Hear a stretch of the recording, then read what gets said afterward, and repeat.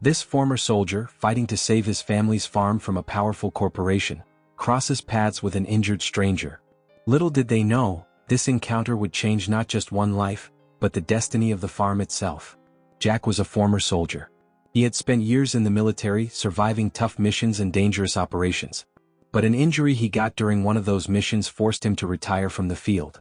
Now he'd left the battlefields behind and returned to his hometown, back to his family. They had been farmers for generations, and the land wasn't just a way to make a living, it was their heritage, their connection to the past. Jack had now joined them, determined to help preserve that legacy.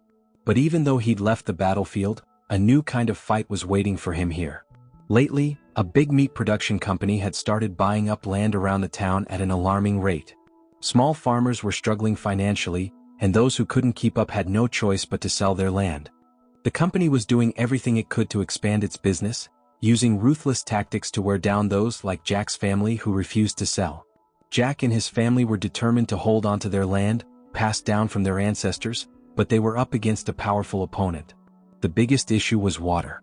For years, the town's farmers had been using the river to water their crops and livestock. But as more and more farmers sold their land, the riverbank slowly became the company's property. To make matters worse, the company had built a dam on their land, cutting off water access for the few remaining independent farmers like Jack's family. It was an unfair move legally speaking, but with their high-powered lawyers, the company could drag the case out in court for years. Jack's family, on the other hand, didn't have the money or the time to fight a long legal battle. They couldn't afford to dig their own well either, so Jack drove his old truck to the lake every day, filling barrels with water and bringing them back to the farm. But it was only a temporary fix. The water he hauled from the lake lasted just 2 days at most for their livestock. Life was getting harder and harder for the family, and their options were running out. Jack had no idea how he was going to win this fight, but one thing was certain: he wasn't about to give up. At that time, there was a prestigious event being held at the big ranch in town, organized by the meat production company. Wealthy guests looking for a different way to spend their weekend had flocked to the ranch. Some were trying horseback riding for the first time, while others watched the show from a distance, enjoying the spectacle. The company had put on an impressive display to wow its investors: majestic horses, vast landscapes, and an idealized version of farm life. Mel was one of the guests attending the event with her father. But she wasn't the type to live in her father's shadow.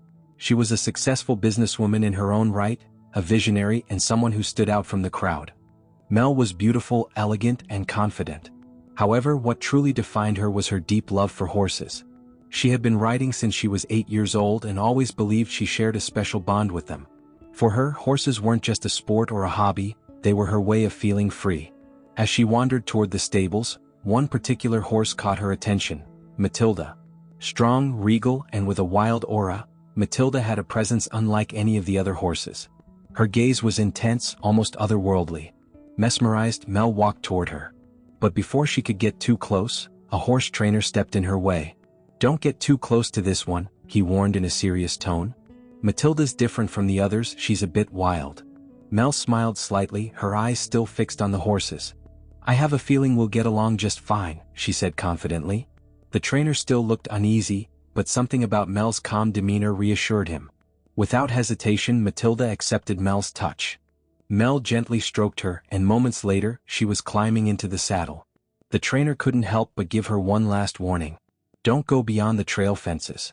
There's a big forest out there and it's easy to get lost. Plus, it's been a harsh winter this year." Mel nodded, though the glimmer of adventure in her eyes hinted at other plans. She gave the reins a light tug and Matilda instantly responded. As the horse's powerful muscles moved beneath her, Mel rode like the wind. The icy air stung her face, but she didn't care. She stayed within the trail, weaving through snow-covered pine trees, savoring the pure freedom of the moment. The bond she felt with Matilda filled her with excitement. But as with all beautiful moments, this ride wouldn't go exactly as planned. Matilda suddenly reared up, her ears perked and her powerful legs lifting her off the ground. A loud neigh echoed through the forest. Mel knew she had to stay calm no matter what. She gripped the reins tightly, took a deep breath, and tried to soothe the horse. But she could tell something had scared her. Her eyes quickly scanned the surroundings, and it didn't take long to spot the cause: a massive wild boar emerged from the depths of the forest. Its heavy steps and high-pitched grunts echoed in the air as it crashed through branches and undergrowth. Matilda felt threatened. Horses were instinctively wired to run and Mel knew this. But things were spiraling out of control. "Easy girl, I'm here," Mel whispered, though her voice was trembling. Unfortunately, Matilda's instincts took over. In an instant, she bolted forward, completely ignoring Mel's commands, heading straight for the fence. Mel tried desperately to regain control, but the reins were useless now. As the horse charged ahead in wild fear, Mel could feel every muscle in Matilda's body tensing beneath her. The wooden fence marking the edge of the ranch was coming up fast. "No. Stop," Mel shouted, but it was too late. With a burst of raw strength, Matilda broke through the fence and dashed into the forest. At this point, Mel could only focus on staying balanced. Trees blurred past as the icy air stung her face and her heart pounded in her chest. The horse's erratic strides made it harder and harder for Mel to hold on. She tried to adjust her feet in the stirrups for better stability, but Matilda suddenly shifted direction, throwing her off balance. And then the inevitable happened. Matilda jumped abruptly and Mel's body jolted. Despite her firm grip on the reins, she was flung into the air by the horse's sheer force. She had completely lost control. She hit the ground hard, her body twisting midair before slamming onto her back and skidding into a rock. Pain shot through her entire body with the impact. Her head struck the rock hard, and she felt a warm liquid trickling down her forehead. Her vision blurred as her breathing grew shallow and uneven. She tried to move, but a sharp pain shot through her right leg. Blinking a few times, she struggled to focus on her surroundings, but her head was spinning. The freezing air bit at her skin and every breath became harder to take. Now she lay there, alone and injured, in the middle of an unknown forest, surrounded by snow. When Jack realized that Mel was slipping in and out of consciousness, he tried his best not to panic. She still had a pulse, but it was weak. Her breathing was irregular, and the cut on her forehead looked worrying. The cold air might be slowing down the bleeding, but staying out here too long could lead to hypothermia. The nearest hospital was hours away, and they didn't have time to waste. Jack made a quick decision. He'd take her home to his mom. Before getting married, his mother had spent years working as a nurse, and she was still skilled in first aid. What Mel needed right now was fast and proper care. Jack carefully leaned down and gently scooped Mel into his arms. She let out a few faint groans, but her eyes remained closed. "Hang in there, okay? I'll keep you safe," Jack whispered as Mel's frozen hair strands fluttered in the wind. He navigated carefully through the forest, where Matilda was still tied to a tree. Jack placed Mel gently on the back seat of his truck, doing his best to be careful. "Hold on tight," he said instinctively, though Mel didn't respond. He fired up the truck's engine and sped toward home, glancing in the rearview mirror to check on her. Her lips were turning pale and that worried him. Time was running out. When they reached the house, his mom opened the door and her eyes widened in horror at the sight of the woman in Jack's arms. "Jack, what happened?" she asked, panic in her voice. As he carried Mel inside, Jack replied, "I can't explain right now, Mom. You need to help her." His mother sprang into action. "Lay her on the couch," she instructed. Jack gently laid Mel down while his mother quickly grabbed a first aid kit. "Her head's bleeding, but I'm more worried about her leg," Jack said, trying to catch his breath. She fell off her horse and hit a big rock. His mom put on gloves and started cleaning the wound on Mel's forehead. The blood had started to clot, but it needed to be properly closed to prevent infection. She gently lifted Mel's eyelids to check her pupils. "She's probably got a concussion, but nothing too alarming for now," she said, though there was tension in her voice. Mel groaned and moved her head slightly. Her eyes fluttered open and she struggled to breathe. "Easy, sweetheart.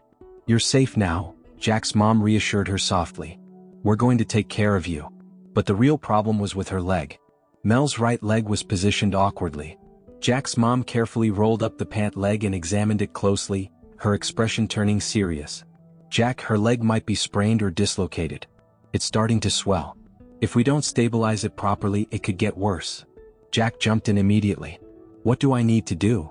"Find me a piece of wood or something sturdy for support," she said. "And bring some strong fabric strips. We need to brace her leg." Jack rushed to the kitchen, finding an old wooden board and some sturdy fabric. His mom used them to stabilize Mel's leg. "This is going to hurt a bit, but it'll keep things from getting worse." Mel whimpered and slowly opened her eyes. Her gaze found Jack's. "Why you?" she whispered weakly, but Jack gently cut her off. "Shh, don't talk.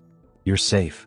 While his mom cleaned and prepared to stitch the wound on Mel's forehead, Jack stayed by her side. "Hang in there," he whispered. "You're going to get through this." Jack glanced anxiously at Mel's pale face as she lay in the back seat of his truck. The bleeding on her head seemed to have slowed down, but her leg was still swelling. He pressed down on the gas pedal, driving the truck quickly toward the ranch. Mel seemed to drift in and out of consciousness, her head slumping backward every now and then. "Don't you dare fall asleep," Jack said, his voice firm but filled with worry. "We're almost there. Just hold on a little longer." Mel's eyelids fluttered open and she murmured weakly, "I'm fine." Her voice was barely audible. As Jack reached the large iron gates at the ranch entrance, he slammed the brakes. 2 security guards were stationed there, watching him closely. Jack quickly got out of the truck and called out, "It's an emergency. I need to get through." The guards sized him up, then peered into the truck. When they saw Mel's pale face and the blood on her forehead, they stiffened. "Who are you?" one of them asked. "We don't allow visitors without permission." Jack gritted his teeth. "Do you even know who's in the truck? She needs help." Just then Mel's eyes fluttered open again. Forcing herself to speak, she said faintly, "I'm Mel Caldwell. Call my father." The guards' expressions immediately changed. They pulled out their radios, speaking rapidly, and within seconds the gates swung open. Jack wasted no time driving through. As Jack entered the sprawling ranch grounds, he couldn't help but hesitate for a moment at the sight before him. A grand mansion stood in the center, surrounded by expensive cars, men in sharp suits and women dressed in elegant gowns. This was a world completely different from Jack's. A man suddenly rushed out, middle-aged, with an air of authority and a face etched with worry. Jack could only assume this was Mel's father. "Mel?" the man called out, his eyes wide with fear. Jack opened the truck door and said calmly but firmly, "She needs help." Mel's father hurried to the truck, his face turning pale as he took in the sight of his daughter's pale complexion and bloodied forehead. "Oh my God. What happened to you?" he asked, his voice trembling with panic. Mel forced a faint smile. "Just fell a bit," she mumbled. Her father immediately barked orders to the staff. "Get a doctor here right away." As a doctor rushed into the scene, Jack stepped back a few paces. Mel's father was fully focused on his daughter, not even questioning why Jack was there. Jack, however, couldn't shake the feeling that he didn't belong here. "We need to get her to a hospital," the doctor said after a quick examination. "She's taken a head injury and her leg is in bad shape. She needs immediate attention." Mel's father nodded quickly. "Get the car ready," he yelled. Mel turned her eyes toward Jack, her gaze soft and grateful. "Thank you," she whispered, her voice weak but sincere. Jack gave her a slight nod. "Take care of yourself," he said quietly before turning back to his truck. It didn't take long for Jack to notice the stares. People all around were watching him, some with curiosity, others with disdain. He felt out of place, like an intruder in this pristine, upper-class world. A security guard approached him, his tone sharp. "Who are you exactly?" Jack kept his response short and direct. "Just someone who helped someone in need." As Jack climbed into his truck, he turned to the security guard and said, "One of the horses got out of control. I tied it to a tree at the end of the road. You should go get it." Then he shut the door, started the engine and drove off, leaving Mel and this strange day behind. But he couldn't dwell on it for long, he still had to head to the lake to fill up water barrels. Life, no matter what, had to go on. Meanwhile, at the hospital, the doctors immediately started working on Mel. They stopped the bleeding, examined the blow to her head, and carefully assessed her injured leg. While surgery wasn't necessary, it was clear her recovery would take time. In the hospital corridor, as Mel's father waited anxiously, the ranch doctor stood beside him. "Whoever did the first aid did an excellent job," he said. "Stabilizing her leg and keeping her conscious was crucial. Things could have been much worse otherwise." Mel's father nodded slightly. "I don't know who he is," he admitted. "The security mentioned someone, but I didn't get his name." The doctor continued, clearly impressed. "He must have some experience. This kind of care usually comes from someone with a medical background." A little while later, the emergency room doctors came out to explain Mel's condition. "She has a fractured rib and a mild concussion. Fortunately, the way her leg was stabilized prevented further damage. Recovery will take time, but there's no cause for alarm." Mel's father let out a deep breath of relief. But even as he felt reassured, he couldn't help but wonder about the man who had saved his daughter. Inside the hospital room, Mel was resting, slowly starting to recover, just as the doctors had predicted. After spending some time by Mel's side, her father decided to find out more about the man who had brought her to safety. Back at the ranch, he called over the security guards. "Who was the man who brought my daughter here?" he asked. One of the guards hesitated before replying, "I think he's one of those guys from the town. You know, one of the stubborn ones who refuses to sell his land." Mel's father frowned, clearly unimpressed by the tone. "Stubborn, you say? That's an awfully rude way to describe someone who saved my daughter's life." His voice carried a sharp edge. The guard quickly backpedaled. "I just met. He's one of the holdouts who won't sell. But if you want to find him, his farm is just outside town on a big piece of land." Mel's father seemed satisfied with this answer. He immediately got the details of Jack's farm and set out to meet him.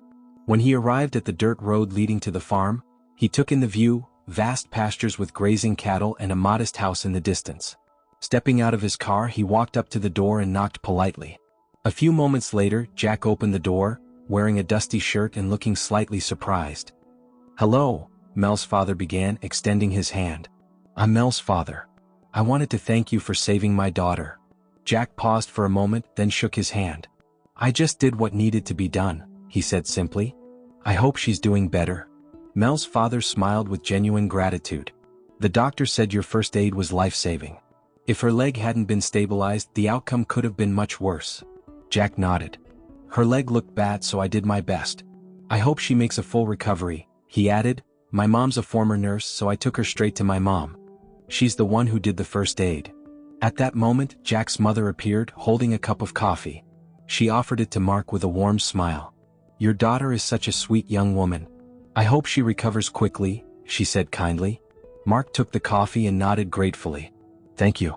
I honestly don't know how to thank you for saving her life," he said sincerely. As Jack's mother quietly stepped away, Mark found himself impressed by the calm and genuine demeanor of these people. After a moment of thought, he turned back to Jack. "If you don't mind me asking, what's this issue with the land?" he asked curiously. Jack took a deep breath and briefly explained the situation. A large company was pressuring local farmers to sell their land by creating financial hardships, cutting off access to water, and using other aggressive tactics. His family had been resisting, but it was a constant battle. Mark was shocked by what he heard. He couldn't believe that a company he had once considered a partner, or even a potential investment, could be employing such ruthless strategies. "My name's Mark," he said, leaning slightly toward Jack. "I'm in a position of influence. I don't know if I can change this completely, but I promise I'll do what I can to help."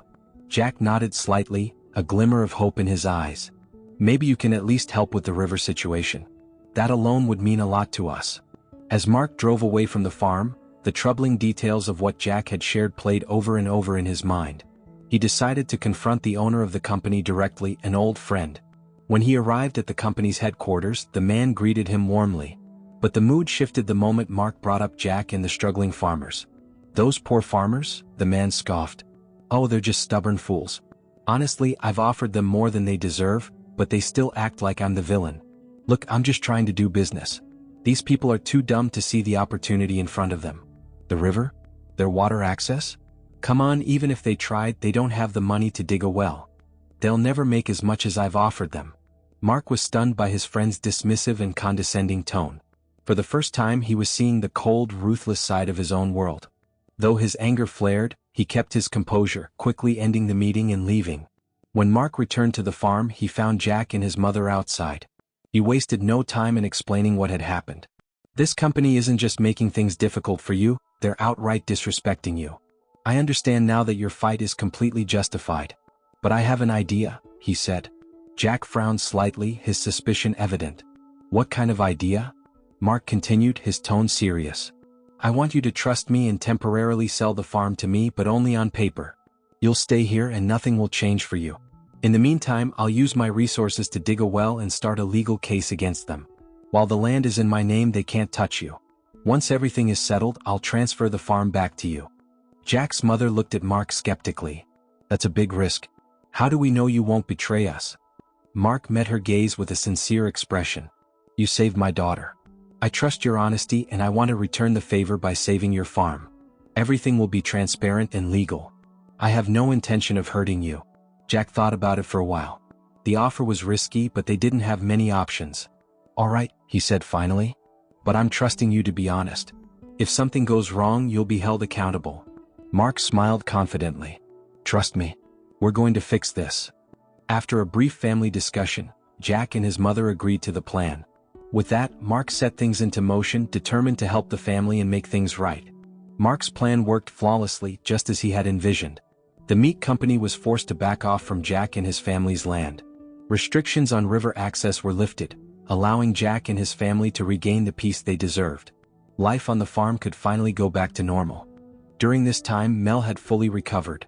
She and her father decided to visit Jack and his family to express their gratitude in person. When they arrived at the farm, Mark handed Jack a large folder. "I want you to take this back. The farm is officially yours again," he said with a warm smile. "And I've made sure these lands belong solely to you." Jack took the folder with trembling hands, looking at Mark with deep gratitude. "I don't even know how to thank you for this. What you've done for us is incredible." Mark shook his head gently. "You don't need to thank me. Doing the right thing was enough. You saved my daughter, and I wanted to stand on the right side of this fight." Mel smiled at Jack's mother. "There's more than just soil here, there's hope and love. This is a special place," she said sincerely. Jack glanced at Mark and Mel, his heart filled with gratitude. "Because of you, my family's legacy is safe. I'll never forget what you've done for us." Mark gave a small smile and placed a reassuring hand on Jack's shoulder. "This is just the beginning. Being on the right side means standing with the right people. This land is yours, Jack. It always has been and always will be." As the sun set over the vast fields of the farm, Jack and his family stood filled with hope for a new beginning. And this time they weren't alone, they had allies who believed in justice standing by their side. Don't forget to subscribe to our channel for more exciting and inspiring stories like this. See you in the next story.